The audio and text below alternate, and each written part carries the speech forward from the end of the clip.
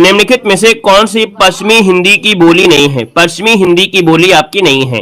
देखिए ब्रज भाषा आपकी है, बांगरू दिए गए हैं, कन्नौजी दिया है, डोंगरी दिया गया है। अब आप बताइएगा क्या डोंगरी होगी क्या? आप कहेंगे नहीं सर डोंगरी तो आपकी नहीं है, क्योंकि डोंगरी ये जम्मू कश्मीर में बोली जाती है। कहां पर है? आपकी जम्मू कश्मीर बोली जाती है ना? तो आप कहेंगे यहां पर जो ऑप्शन आपका डी है आपका राइट हो जाएगा।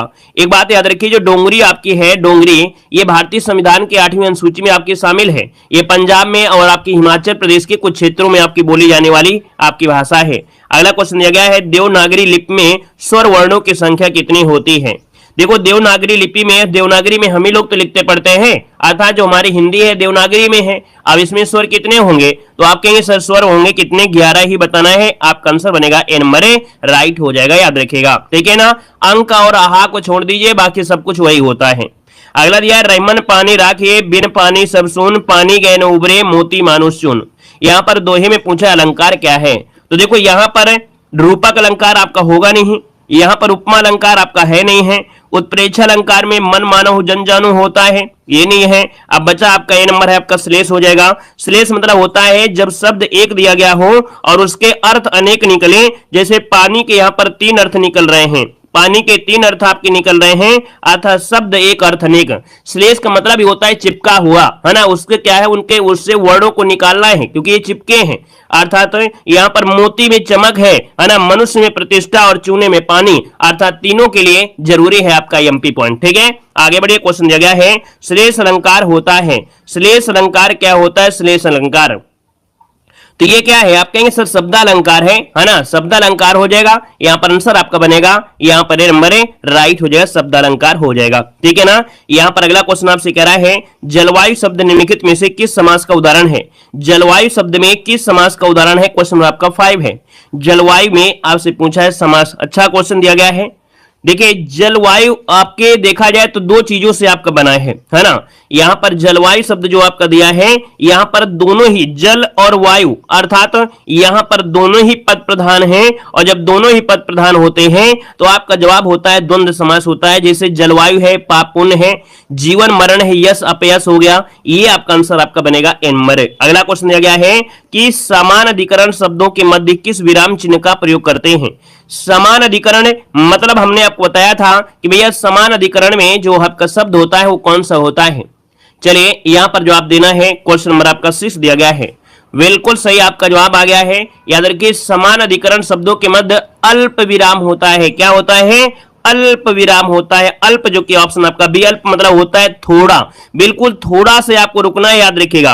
अर्ध मतलब होता है पूरा, अर्ध वाले में क्या होता है? वर्ध वाले में ऐसे आपका होता है, तो अर्ध मतलब होता है आधा, आधा रुकना, लेकिन अल्प समय के लिए रुकना होता है मतलब अल्प होता है, याद रखिएगा। क्लियर है? आगे बढ़िए। क्वेश्चन दिया गया है संख्या आगमन का संधि विच्छेद इनमें से क्या हो जाएगा? 7 नंबर में तो संख्या आगमन का हो जाएगा सखी धनागमन। सखी धनागमन कहां पर है? ऑप्शन आपका ए नंबर इसका राइट हो जाएगा, है ना? यहां पर आपसे पूछे कौन सी संधि है, तो क्या जितने भी साथी जुड़े हैं बता सकते हैं कि सर सखी धनागमन में संधि आपकी है कौन सी? कौन सी संधि? एक बार कमेंट करें जल्दी से।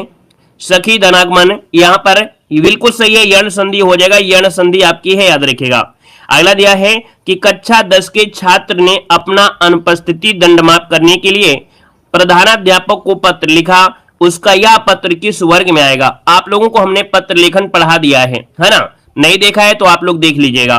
पत्र लेखन में आपसे कह रहा है भैया कि आपके अनुपस्थिति के लिए ये मापदंड के लिए ये आपका प्रधानाध्यापक को लिख रहा है, और जब प्रधानाध्यापक को लिखा जाता है ये आवेदन पत्र होता है ना? क्या ये आवेदन पत्र होता है? तो ये ऑप्शन बनेगा आपका बी नंबर हो जाएगा। यहां पर निमंत्रण थोड़ा देंगे। यहां पर अगला क्वेश्चन दिया गया है राजा सेवक को कम्बल देता है। हमने कहा जब देने की बात करें तो बस आंख मूंदकर जवाब दे देना। क्या जवाब देना है? संप्रदान कारक होता है, ज्यादा दिमाग नहीं लगाना है। जहां भी कभी अगर ये शब्द कम्बल देता है, भिखारी को दे, भाई बहन किसी मतलब देने की बात अगर कर रहा है मतलब आपको संप्रदान ही लगाना है। ठीक है, आगे बढ़िए। क्वेश्चन दिया गया है निम्नलिखित में से कौन सा वाक्य पूर्ण भूतकाल का है? पूर्ण मतलब हो गया पूरा और भूत मतलब होता है था, है ना? तो आप कहेंगे सर ये पहचान भी आपकी है, तो आप कह रहा है वे गए, वे खा रहे थे, है ना? वे आए थे मतलब वे आए थे, इसका मतलब था भी है और क्रिया भी पूरी हो गई है। ऑप्शन नंबर आपका सी जिसका आ गया है बिल्कुल राइट हो जाएगा। अगला क्वेश्चन आपसे कह रहा है निम्नलिखित प्रश्न में 4 विकल्प दिए गए हैं और आपको यहां पर पहचानना है कि यदि मैं समय पर स्टेशन पहुंचता तो मेरी गाड़ी ना छूटती। है ना। तो आप कहेंगे सर इसका मतलब है ये बात हो गई है भूत की, है ना। तो यहां पर देखिए इसका ऑप्शन भी हो जाएगा हेतु हेतु मत भूतकाल हो जाएगा, याद रखिएगा, ठीक है ना। यदि मैं स्टेशन समय पर पहुंचता तो मेरी गाड़ी ना छूटती, इसका मतलब गाड़ी छूट गई होगी, तो इसलिए तो ये भूतकाल आपका आ गया है ना। यहां पर आंसर आपका बी हो जाएगा। नेक्स्ट क्वेश्चन दिया गया है कि सरल या साधारण वाक्य किसे कहते हैं। देखिए भैया सरल हो या साधारण वाक्य, है ना, हम सरल को ही साधारण कहते हैं, और साधारण क्या होता है जिसमें एक उद्देश्य हो, एक विधेय और एक ही क्रिया होती है ना। याद रखिए 12 का जो ऑप्शन है आपका कौन सा, डी नंबर है, कि भैया जिसमें एक उद्देश्य हो, एक विधेय और एक क्रिया, है ना, एक ही करता हो इसमें, है ना। यहां पर देख सकते हैं इसका आंसर आपका डी इसका राइट हो जाएगा। नेक्स्ट क्वेश्चन दिया गया है कि उसने नहाकर भोजन किया, वाक्य में नहाकर निम्नलिखित में से कैसी क्रिया है। कितना रंगबाज क्वेश्चन दिया गया है, और आप लोग यहाँ पर डेली आप पढ़ते हैं, है ना। अब यहाँ पर नहाकर तैयार हुआ है तो हीरो तो बन गया होगा, तो आप कहेंगे सर ये नहाकर क्या है, ये आपकी पूर्वकालिक क्रिया है, क्योंकि एक क्रिया पूरी कर चुका है, और जब एक क्रिया पूरी हो जाती है तो दूसरी क्रिया यहां पर क्या होती है, पूर्वकालिक क्रिया। इसका आंसर आपका राइट हो जाए, आपका डी नंबर, ठीक है ना। अगला क्वेश्चन दिया गया है झूठा सच के जो लेखक हैं वो आपके हैं कौन, क्वेश्चन नंबर यहां पर जवाब देना है। झूठा सच, और झूठा सच की बात करते हैं तो आप कहेंगे यशपाल, बिल्कुल सही जवाब है यशपाल, जिसका ऑप्शन आया है बिल्कुल सही जवाब हो जाएगा, है ना। यहां पर इनकी और भी रचनाएं हैं जैसे देशद्रोही, दादा कामरेड, है ना, ये आपकी इनकी काफी रचनाएं हैं। अगला क्वेश्चन दिया है कौन सा शब्द आपका भिन्न और प्रकृति का है। कौन सा शब्द भिन्न अर्थ और प्रकृति का है, 15 नंबर आपसे कह रहा है। तो आप कहेंगे सर यहां पर देखो चिरंतन दिया है, शाश्वत दिया है, सनातन दिया है, मतलब यहां पर चिरंतन, शाश्वत और सनातन जो लगातार होते हैं उन्हीं को कहते हैं। तो आपका बचा है अधुनातन। देखिए आपको थोड़ा समझ के चलना है। हमने कहा सर चिरंतन का मतलब भी वही होता है जो शाश्वत का होता है, और जो शाश्वत का मतलब होता है वही सनातन होता है जो लगातार आपका बना रहता है, लगातार आया है ना। चिरंतन जो समाप्त नहीं हुआ है, तो आपका बचा क्या, डी नंबर हो जाएगा, अधुनातन हो जाएगा। अधुनातन इसका आंसर है, राइट हो जाएगा। क्यों, क्योंकि अधुनातन मतलब होता है आधुनिक, अधुनातन मतलब होता है आधुनिक होता है। क्लियर हो गया है। बाकी जो सनातन वगैरह हैं ये तीनों एक ही चीज को प्रकट कर रहे हैं। आगे बढ़िएगा, कह रहे नीचे दी गए युग्म में से कौन सा युग्म त्रुटिपूर्ण है, 16 नंबर आपसे दिया गया है। देखो यहां पर अनुग्रह का आग्रह दिया गया है। क्या आपने अनुग्रह का आग्रह पढ़ा है, पढ़ा है, नहीं पढ़ा होगा, है ना, नहीं पढ़ा होगा। आपने अनुग्रह का विग्रह पढ़ा होगा, अनुग्रह का विग्रह आपने पढ़ा होगा, है ना। तो ये तो आपका गड़बड़ हो गया। बाकी अगला आपका जो है अनंत का दिया है, शांत दिया है, यहां पर जड़ चेतन दिया है, आकृष्ट का विकृष्ट दिया है, तो आप कहेंगे गड़बड़ी हो गई, ऑप्शन नंबर आपके ए पर। अगला क्वेश्चन आपसे कह रहा है अधोलिखित में से एक पर्यायवाची युग्म आपका सही नहीं है। एक पर्यायवाची युग्म आपका सही नहीं है, 17 नंबर आपसे दिया गया है। और 17 नंबर की बात करते हैं तो देखो पुरंदर दिया है, अमरपति, आप कहेंगे सही है। पुरंदर अर्थात जो आपका इंद्र है, इंद्र को कहा जाता है। यहां पर सरोवर पुष्कर, ये भी सही हो जाएगा। फणी उरक को कहते हैं अर्थात सांप को कहते हैं। अब यहाँ पर जलधि दिया है और अम्बुद दिया है। हमने कहा सर धा होता है समुद्र में, किस में होता है, समुद्र में होता है, और दा होता है आपके बादल में होता है। तो बस आपका आंसर मिल गया होगा कि गड़बड़ी ऑप्शन आपके सी पर हो गई है। उम्मीद है ये पॉइंट आपको समझ में आ गया है। अगला क्वेश्चन दिया है निम्नलिखित में से कर्मवाच्य वाला वाक्य चुनना है। कर्म किसमें है, देखिए जिसमें कर्म दिया गया हो। पहला ऑप्शन देखिए, कह रहा है ऐसा कहते हैं कि इसमें नहीं है, तुम लिख नहीं सकते हो, ये भी नहीं है क्योंकि लिखना यहाँ पर क्रिया है। बिल्ली के हाथों, है ना, बिल्ली के हाथों चूहा मारा गया, मिल गया ना आंसर। यहां पर देखिए आपका जो आंसर है सी नंबर, बिल्ली के हाथों अर्थात बिल्ली के द्वारा चूहे को मारा गया। इसका मतलब है कि यहां पर क्या है, ये शब्द आपका दिया है, कर्म आपका हो गया है, तो ये हो गया आपका सी नंबर कर्मवाच्य हो जाएगा। जब भी हमने कहा सर द्वारा शब्द लगा होता है ना, बिल्ली के हाथों या बिल्ली के द्वारा चूहा मारा गया, इसका मतलब है कि इसमें कर्म ये मौजूद आपका है। अगला क्वेश्चन आपसे कह रहा है गाड़ी दाढ़ी यानी युग में से कह रहा है अर्थ युग्म आपको चुनना है 19 नंबर में। पहला ऑप्शन देखिए, गाड़ी और गाढ़ी, गाढ़ी मतलब होता है गाढ़ी कमाई, है ना, बोलते हैं ना गाढ़ी कमाई, मतलब गहरी शब्द होता है। और यहाँ पर देखो गाढ़ी मतलब हो गया गहरी, और गाड़ी मतलब हो गया यान, यान मतलब जानते हो जो चलने वाली चीजें यान, तो इसका आंसर आप पहला ही हो जाएगा। क्लियर है। अगला बताइएगा संकर शब्द संस्कार शब्द में किस उपसर्ग का प्रयोग हुआ है। संस्कार दिया है तो आप कहेंगे सर संस्कार शब्द में अगर तोड़ेंगे तो इसमें सम निकलेगा, सम निकलेगा अर्थात तो ऑप्शन नंबर आपका ये हो जाएगा। अगला क्वेश्चन आपसे कह रहा है कि वह दूसरों के नहीं बल्कि अपने आप को सुधार रहा है, है ना। ऊर्ध्व रेखित शब्दों में सर्वनाम का प्रकार बताना है।